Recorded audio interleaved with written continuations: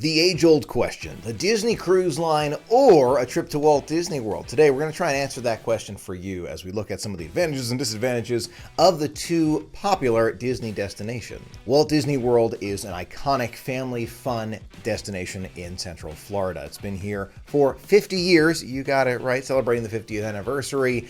And, it's become so synonymous with family fun that people come from all over the world to experience Walt Disney World. All of the parks, the different attractions, the food, the resorts, the fact that it's an all-in-one destination. When you arrive and you're here at Walt Disney World, no matter how you get here or where you're coming from, you are here, you are part of the family, and you get the chance to experience all these things right on property. It's one of the key distinguishing differences between Walt Disney World and Disneyland. As an example, Disneyland was created basically in the middle of a city. We've been before, it's a lot of fun, but Disney World is a completely different creature. It is its own destination. You go to Disney World, and that is why you are there. Disneyland, you can be right across the street from maybe a different restaurant that's just right out there. It's one of the biggest appeals to Walt Disney World, the fact that everything's here. You don't have to worry about anything. It's actually one of the big reasons why Magical Express was so popular for so long. And Magical Express took you from the Orlando International Airport to Walt Disney World,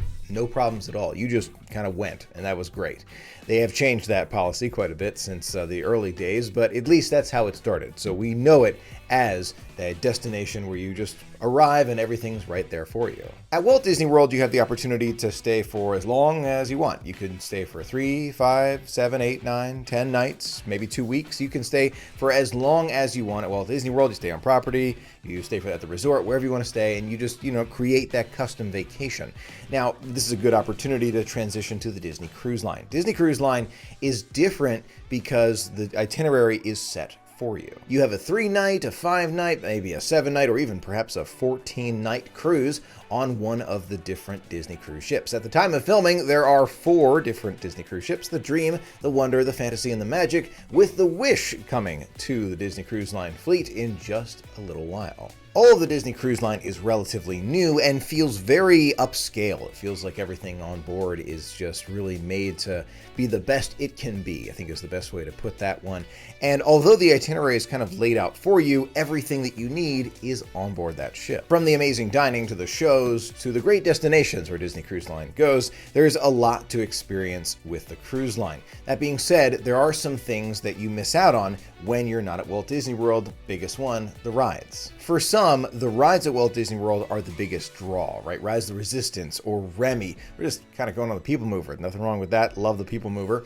But when you have something like that to appeal to all ages, some wonder, is the cruise also going to appeal to all ages in the same way? Maybe not in the same way, but I personally believe that the cruise is great for all ages as well. Now let's get to the bottom of the question itself. Which is better for you and your family, the Disney Cruise Line or Walt Disney World? We're going to lay it out very straight and simple so it's easy to make a choice. Let's start first with cost. And Walt Disney World on the surface looks a lot less expensive than the Disney Cruise Line. And on the surface, you're quite right. However, when you start to add in some of the things that are included with the Disney Cruise Line to Walt Disney World, things start to even out a bit. The most expensive part of your Walt Disney World vacation by far is your Walt Disney World Resort ticket to the parks themselves, whether that be a 5-day or a 3-day or a 7-day pass to get into the different parks. You're going to find that's going to be one of the most expensive parts, especially a family of 4 or 5. You're paying for every single person's ticket. That adds up super fast. Just as a rough average, 7 days worth of tickets, even without the park hopper, will cost you right around $550 per person. Let's just take a family of 4 and just average it out. You're talking about $2,000 worth of Walt Disney World Resort park tickets. Now things start to get a little closer in terms of cost between the Disney Cruise Line and Walt Disney World, and we haven't even talked about food yet. Needless to say, the cost does vary quite a bit at Walt Disney World versus the Disney Cruise Line. Let's keep in mind there are so many other factors that we can talk about in terms of which restaurants you're going to, which resorts you're staying at, what other extra things you're getting like merchandise at Walt Disney World versus maybe the different cruise staterooms that you're staying in, the inside, the ocean view, the veranda, which is basically the biggest choices that you have in terms of costs on the Disney Cruise Line. So when you really look at it, the costs start to get much closer. Usually the Disney Cruise Line is slightly more expensive for a family of 4 or 5 than Walt Disney World. That being said, it varies tremendously based on the length of your stay, where you're staying, and the other habits I mentioned. The easiest way to determine what the cost of each trip would be for you is to just go to the Disney Cruise Line website or Walt Disney World website and price it out for yourself. Just go in there, you can select tickets, you can select the resort stay, you can see exactly how much it would cost during that time of year, which also varies quite a bit, and then you can determine which one would actually be less expensive. Don't forget to think about the park tickets and food when you're doing that. Next up, let's talk about entertainment. At Walt Disney World, entertainment is easy to find. You will look all over the parks, you can find great attractions for just about every age group. But on the Disney Cruise Line, entertainment happens in a bit of a different way. If you're a certain age, you can get into the different kids clubs, which look outstanding. We've seen the inside of these kids clubs during open houses, and they're all so much fun. Great theming you can find throughout the entire thing, and activities happen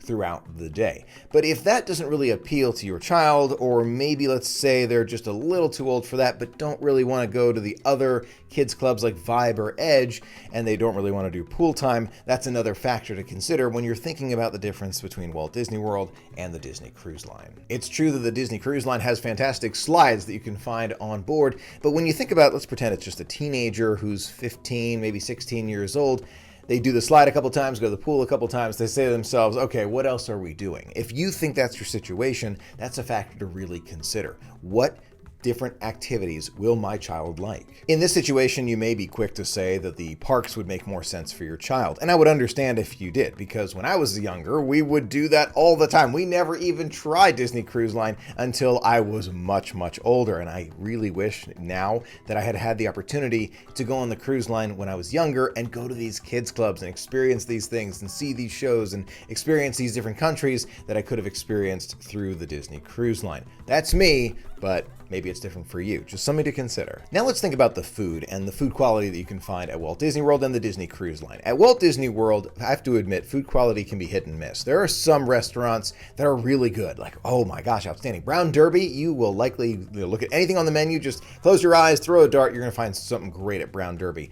Space 220, another great restaurant. They've got some really good food there, and there are tons of other great restaurants you can find all around Walt Disney World. Some of them are more expensive, and we've found some hidden gems too. That being said, there are some items that just really aren't that great. Nothing to go out of your way for. Now, on the flip side, when we think about the Disney Cruise Line, you tend to find amazing food at every spot you go to. This includes all of the different restaurants that you may switch between during your cruise, and even at Cabanas, the buffet that you find on the Disney Cruise Line. There's a lot to try there, and they always have delicious food. Somehow, they really prioritize food quality on the Disney Cruise Line, and I always come away smiling. Now, one of the topics that I really want to touch on here is making memories. You know, making memories is very important to me. I think about it all the time and how we can continue to make those amazing, magical family memories that we know and love. And on the Disney Cruise Line and Walt Disney World, they both do a great job of it, I have to admit. But somehow I feel, and this is a big factor of the Disney Cruise Line, you are truly disconnected on the Disney Cruise Line. And I don't recommend paying for Wi-Fi. I personally don't. I think that maybe the free 50 megabytes that you can get on the Disney Cruise Line and on some cruises is worth it, just so you can get one text message to family back home every day or so, and that'll be about it. Besides that, everyone is actually forced to be off of their phones and experiencing time together. This was something I thought about for a while, but I truly believe that you make more of these core memories that we talk about all the time on the Disney Cruise Line for this one reason. No other reason. You can even have your phone with you on the Disney Cruise Line to check the app and the schedule and what's going on, but you're not connected to the internet. You can't scroll through any of your favorite social media apps, which are intended to pull your attention away from what's happening in the outside world. We know this, right? So the Disney Cruise Line, and all cruises for that matter, have this great appeal to take you out of that experience and just force you to experience time together and having fun together and just smiling together. And it's one of the things that I think really make the cruise experience unlike any other and something to truly treasure. I do want to make a quick note about this. The cruise lines are starting to see more and more Wi-Fi on board, including Royal Caribbean's got their new Zoom Wi-Fi, lots of different Wi-Fi you see on board the different cruises all over the world. When you go on these ships, I recommend not using that Wi-Fi. That's me. I will not be using it as much as I can, right? I'm going to really, I've always been one to, you know what, I'll upload when I get home. I will go and check email when I get home. I'll do everything I need to do when I get home. I am on this vacation. I want to experience it all. I want to be here in this moment. I'm going to be off my phone. It's one of the greatest appeals, in my opinion, to the cruise line and all different cruises all around the world. Next up, we have the destinations that you're traveling to. Walt Disney World, you go to one place, Central Florida, and it's amazing, I have to admit, especially Epcot and World Showcase. You basically go all around the world and don't need a passport, which is great. The Disney Cruise Line, you're going to need that passport. You're going to go to different destinations all over, whether it be in Europe or the Caribbean, Bahamas, perhaps even Alaska. You're going to see different destinations all around the world, which is fantastic. When you combine the two, I like both experiencing Central Florida and all the great things that Disney brings to us. I also like taking that Disney experience and bringing it elsewhere as well. Both are great. There are advantages to both, and it really comes down to what you prefer on that specific vacation.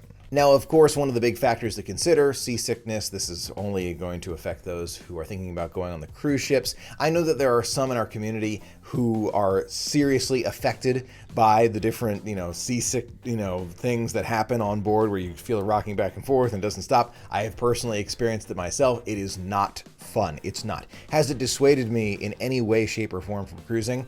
Not even close. Zero amount.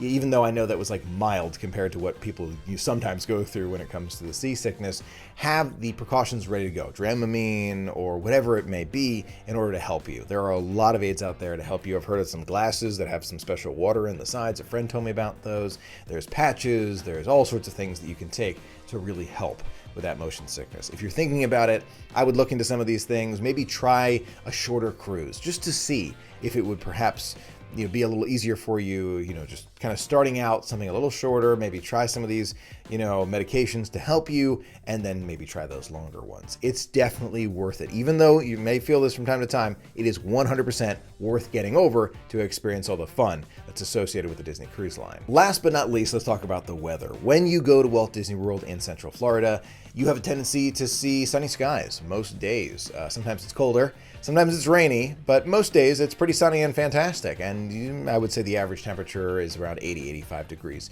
in Central Florida. We do have days that are upwards of 100 plus degrees, and we have days that are actually in the 40s, believe it or not. Some nights go to the 30s. Hard to imagine, I know, Central Florida.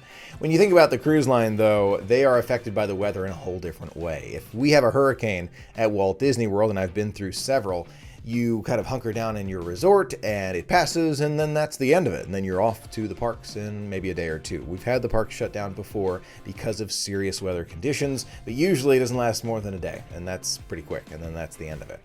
When you go on the Disney Cruise Line, you do really have to think about the weather. This is actually a double-edged sword. Yes, you do have to watch out for it, because if you have a hurricane that's kind of in the area or even close to where that cruise was supposed to go, it's very likely that they're going to reroute you, or they're going to just kind of push it to a different destination, or perhaps if it's serious enough, they'll cancel the cruise. So this is a serious factor. At the same time, it's actually when you can find some of the best deals for cruising is during hurricane season. And it's a flip of a coin.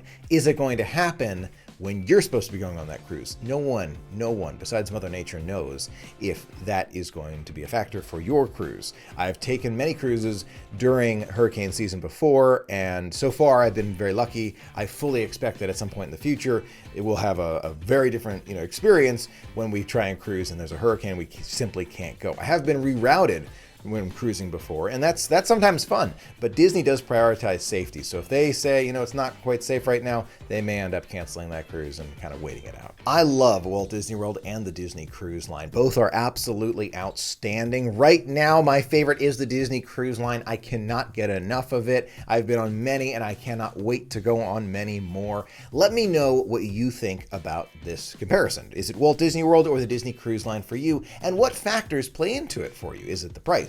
Is it the weather? Is it the food on board? Is it the entertainment, like the shows? Or is it something totally different? Let me know. I'd love to hear from you and which one you're hoping to experience even more in the future. Thanks so much for sharing in the magic with me today. A huge thank you to our patrons for making it all possible. Until next time, have a magical day, and we'll see you real soon.